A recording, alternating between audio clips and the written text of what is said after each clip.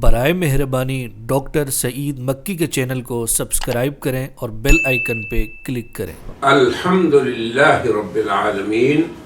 والصلاة والسلام علی اشرف المرسلین سیدنا و نبینا و مولانا محمد صلی اللہ علیہ وسلم وعلی آلہ وصحبہ اجمعین وبعد۔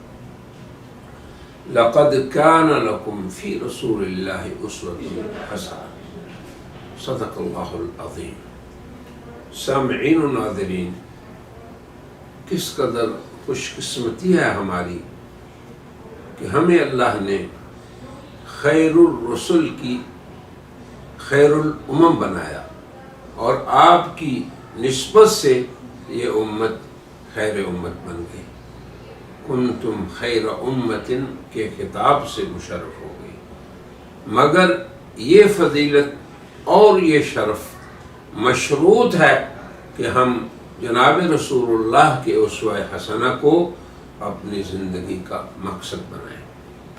اب آپ دیکھیں کہ ماہ رمضان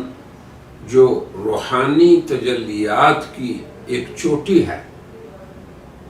اس سے پہلے ہی حضور اکرم صلی اللہ علیہ وسلم شعبان المعظم کی بھی عظمت و حرمت بیان فرماتے۔ پہلے حرمت والا مہینہ شعبان سے پہلے رجب، اس کی تو حرمت علیحدہ ہے۔ پھر عظمت شعبان آ گئی، جس کے اندر حضور اکرم صلی اللہ علیہ وسلم کثرت سے روزے رکھتے تھے، اور اسی کے اندر شب برات کا بھی ذکر آتا ہے۔ اس کے بعد پھر آگے دیکھیں کہ حضور اکرم صلی اللہ علیہ وسلم کا اسوہ حسنہ کیا ہے۔ روزہ جو بذات خود منعم حقیقی کی طرف سے اللہ کے قریب ہونے کا سب سے بہترین ذریعہ، اور اللہ سے انعام و اکرام لینے کا بہترین ذریعہ ہے، جیسے کہ حضور فرماتے ہیں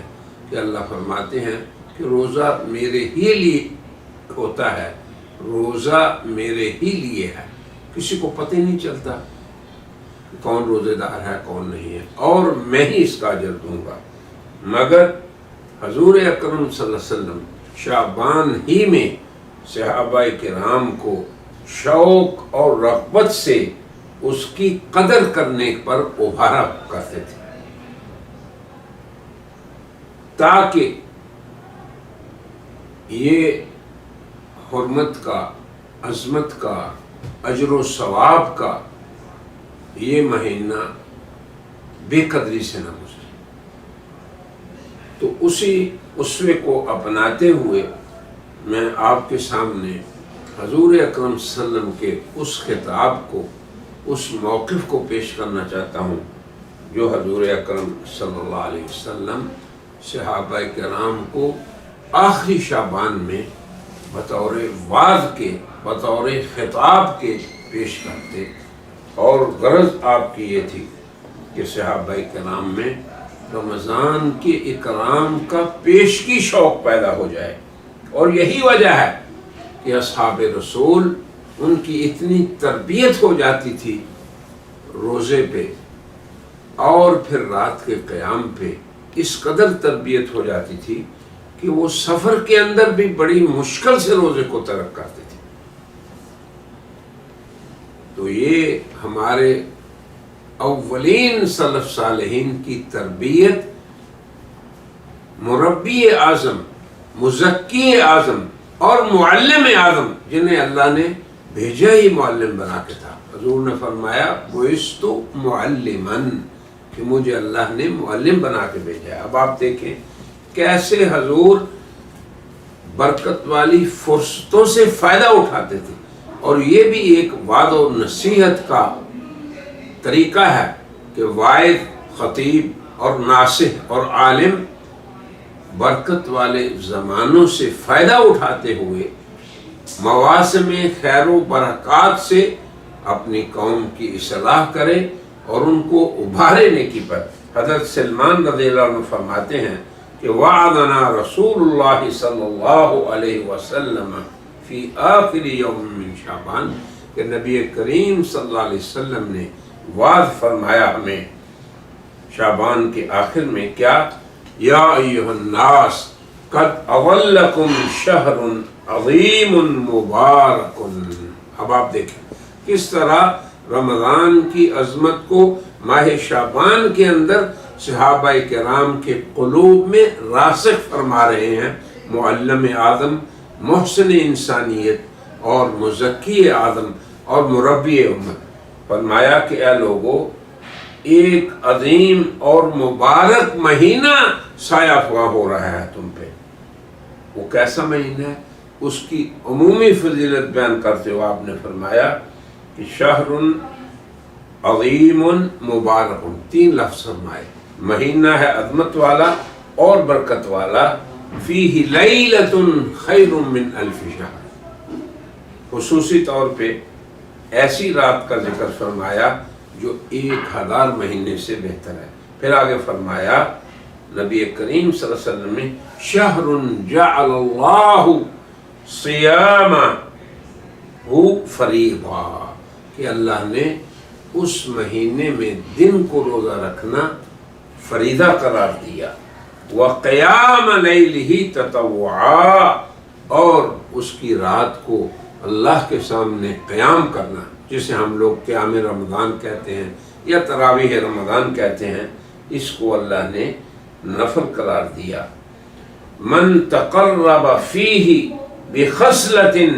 کان کمن ادی فریضۃ، کہ ایسا ببرکت مہینہ کہ جس میں کوئی شخص بھی عام نیکی کو کرے، نفل ادا کرے، تو اس مہینے کا نفل عام مہینوں میں فرض کے برابر۔ اب آپ دیکھیں کتنی یہ ہے برکت رمضان کی۔ اور اسی طرح فرض اگر ادا کسی نے کیا، کان کمن ادی 70 فریضۃ فیما سواہ، تو اس طرح کہ جیسے اس نے غیر رمضان میں 70 فریضے ادا کی۔ پھر آگے حضور اکرم صلی اللہ علیہ وسلم نے جس چیز پہ ابارہ صحابہ کرام کو، وہ یہ تھی کہ آپ نے ان کو فرمایا وَهُوَ شَهْرُ الصَّبْرِ، یہ صبر کا مہینہ ہے۔ اب آپ دیکھیں روزے دار کس قدر صبر کرتا ہے، رکتا ہے کھانے سے، پینے سے، بہت سی جائز خواہشات سے بھی رکتا ہے، تو شہر الصبر اس کا نام رکھا۔ وَالصَّبْرُ جَزَاؤُ الْجَنَّةِ، صبر کا بدلہ جنت ہی ہے۔ اور یہ مواسات کا مہینہ ہے، غمخواری کا مہینہ ہے، ایک دوسرے کی امداد کرنے کا مہینہ ہے۔ اور شہر یزاد فیہ رزق المؤمن، اللہ کی طرف سے مومن کے رزق میں زیادتی کی جاتی ہے، برکت ہو جاتی ہے۔ اور پھر آگے فرمایا کہ جس شخص نے اس میں ایک روزے دار کا روزہ کھلایا تو اس کو روزے دار جتنا ہی اجر ملے گا۔ تو یہ ایک لمبی حدیث ہے جس کے بعد نکات کو میں نے بھی آپ کو بیان کر دیا۔ اور اس مہینے میں پھر آپ نے صحابہ کرام کو جن خصائل کی طرف حکم دیا انہیں اختیار کرنے کا، اس کے بارے میں آپ نے فرمایا کہ یہ اس مہینے میں جن امور کو آپ کو اختیار کرنا ہے، 4 خصال، 4 خصلتیں ہیں جن کو اہتمام سے آپ نے اختیار کرنا ہے۔ خصلتین ترضون بہما ربکم وخصلتین لا غناء بکم عنہما، 2 خصلتیں، 2 عادتیں ایسی ہیں کہ ان سے تم اپنے رب کو راضی کرو گے، اور 2 کی تمہیں خود ضرورت ہے۔ اب جن سے تمہارا رب راضی ہوگا، شہادت ان لا الہ الا اللہ، کثرت سے لا الہ الا اللہ کا ورد کرنا، اور وَأَتَسْتَغْفِرُوهُ،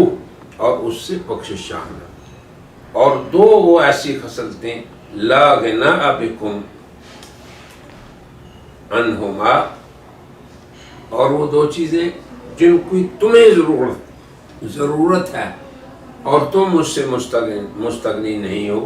فَتَسْأَلُونَهُ تَسْأَلُونَ اللَّهَ الْجَنَّةَ، وہ پہلی یہ ہے کہ تم اللہ سے جنت کو مانگو، اور دوسری یہ ہے کہ تم اللہ سے دوزخ سے